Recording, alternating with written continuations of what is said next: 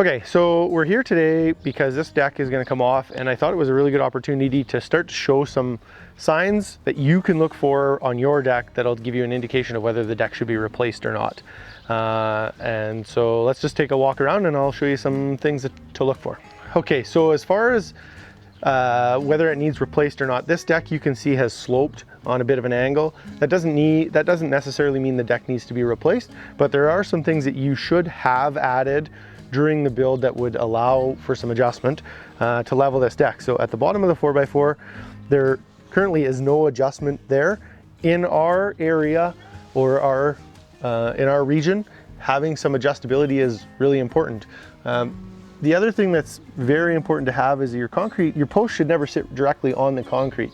There should be some sort of break there to help slow the rot to that 4x4. So you can see at the bottom of this 4x4 is a little bit rotten.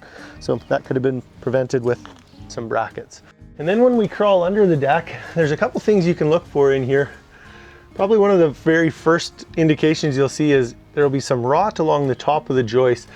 Typically that's going to show up right on the edge of the deck board and then underneath the deck board, because this is where the moisture gets caught. So you'll see some cracking and there'll be some soft spots in the top of your joist.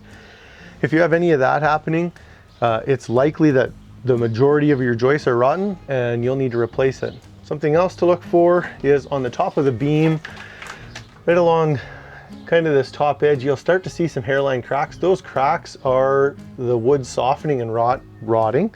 So that's a good indication. And the last one to look for is probably any type of mold. So if you see some like white mold showing up, another good indication that the deck has sort of run the course of its life. So this deck was built probably 30 or 35 years ago, and the technology that was available then is different than now.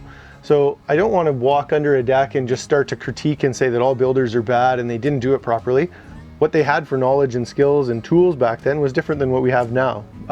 Some things that they did do properly, this deck the ledger is fastened on with nails. Nails typically have a stronger shear strength than screws, depending on which ones they are now. But so if your ledger is fastened onto your house with nails, that's a good sign. They did use hangers, which is fantastic, and those are also fastened with nails. Again, another positive. Something that probably should be a little different now is this material is 2x6. The deck is out 10 feet, the beam is at 9. So that's a little bit too far to span for a 2x6.